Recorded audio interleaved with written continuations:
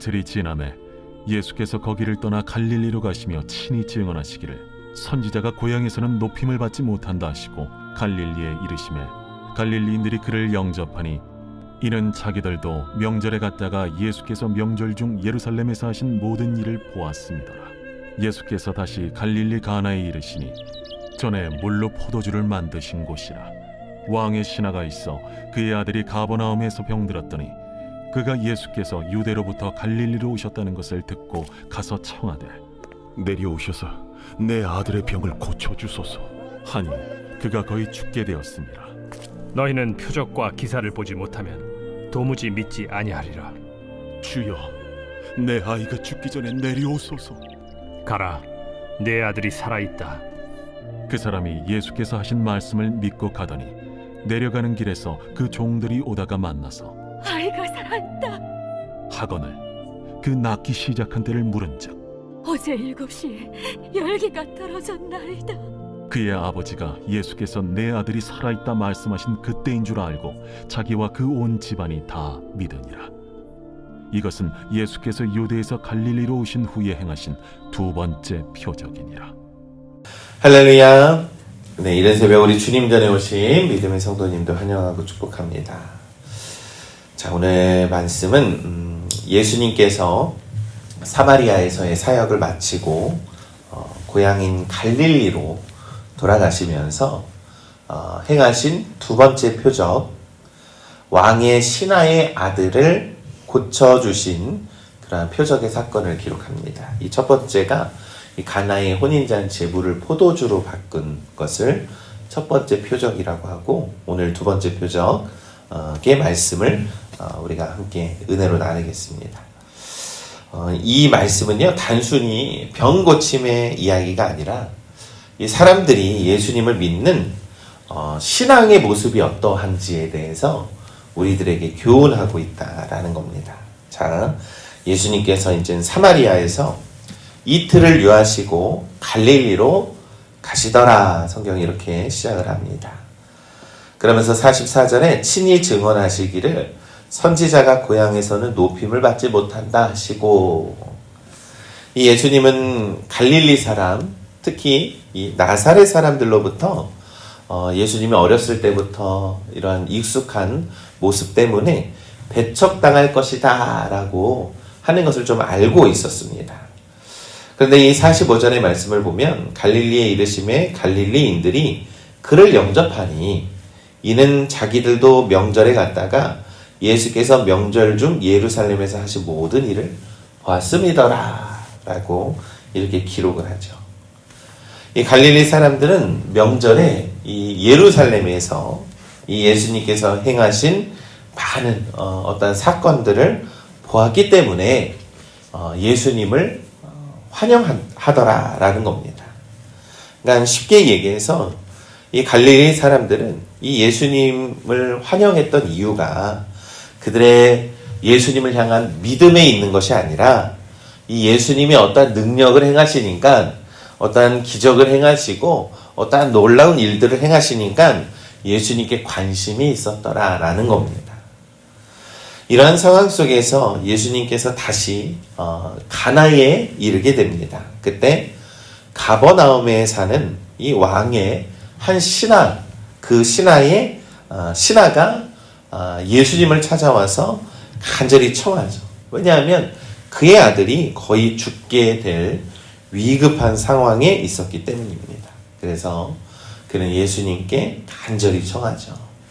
내려오셔서 내 아들의 병을 좀 고쳐 주시옵소서라는 겁니다.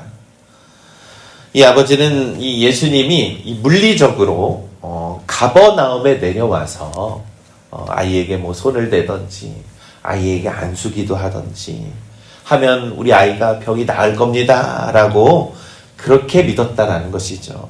그래서 이때 예수님께서는 표적만을 바라는 사람들의 어떠한 미숙한 믿음을 보시고 그들을 책망을 하죠.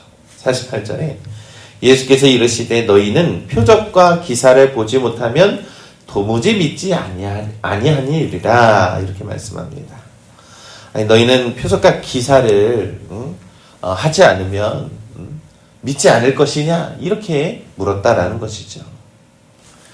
여러분, 이것이 바로 미숙한 신앙의 모습을 보여주는 겁니다. 이 많은 사람들이 이 갈릴리 사람들처럼 기적이나 눈에 보이는 그러한 현상에 예수님을 따랐다라는 거예요. 아, 예수님에게는 뭔가 특별한 능력이 있어. 예수님에게는 병든 자를 고치는 능력이 있대. 라는 겁니다. 예수님은 우리가 표적을 보고 믿는 신앙을 경계해야 한다라고 오늘 우리들에게 가르쳐주고 있는 것이죠.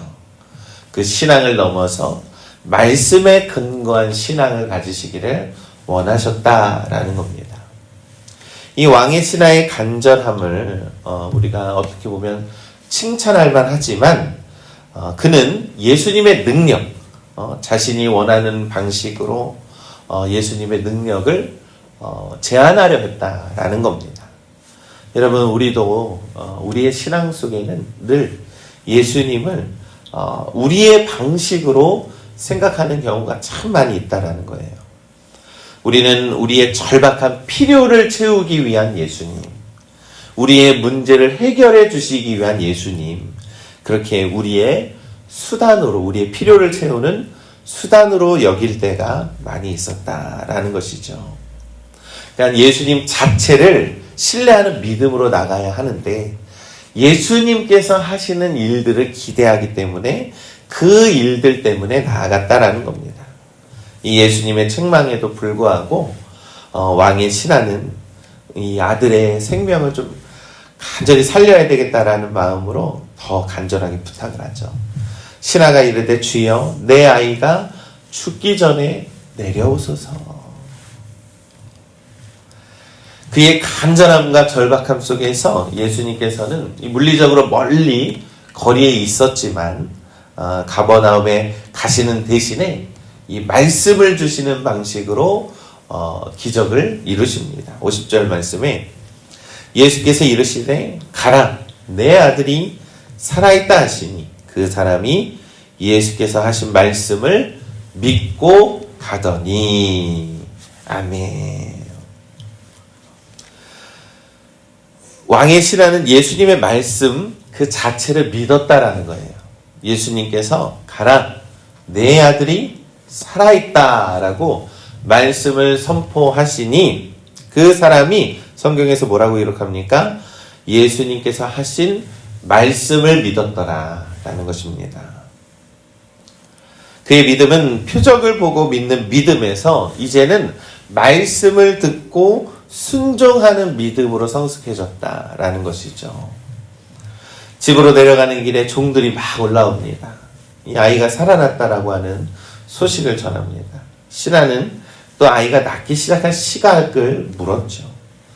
어제 7시에 열기가 떨어졌다라고 그들이 대답을 합니다. 이는 예수님께서 내 아들이 살아있다라고 하신 말씀 그 시각이었다라는 것입니다.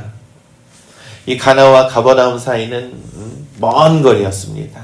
물리적인 거리에도 불구하고 예수님은 말씀으로 말미암아 그러한 공간을 초월하는 그런 놀라운 표적의 신비를 보여주셨다라는 것이죠. 여러분, 이것이 바로 참된 믿음의 본질을 우리들에게 가르쳐주고 있는 것입니다. 여러분, 믿음은 우리 눈앞에 기적이 펼쳐져야만 생겨나는 것이 아니라는 것이죠. 하나님 말씀의 능력과 이 권위를 절대적으로 신뢰하고 그 말씀에 순종하여 발을 내딛어야만이 표적이 이루어진다라는 겁니다. 그 신하가 예수님의 말씀을 믿고 돌아가는 그때에 그가 행하고 그가 한 발을 내디디는 그때에 놀라운 기적이 일어났다라는 것이죠. 여러분, 우리가 이해하지 못하고 눈으로 확인할 수 없을지라도 예수님 말씀에는 반드시 응답, 성취의 능력이 있는 줄 우리는 믿습니다. 우리는 이 왕의 신하처럼 예수님의 말씀을 듣고 즉시 믿음으로 순종하는 그러한 신앙을 가지시기를 간절히 소망합니다. 왕의 신하는 아들이 낳은 시각이 예수님께서 말씀하신 그 순간이라는 것을 깨닫고 확인하고 깊은 확신을 얻게 되었다라는 것이죠. 그래서 53절에 그의 아버지가 예수께서 내 아들이 살아있다 말씀하신 그때인 줄 알고 자기와 그 온 집안이 다 믿으니라 라는 겁니다.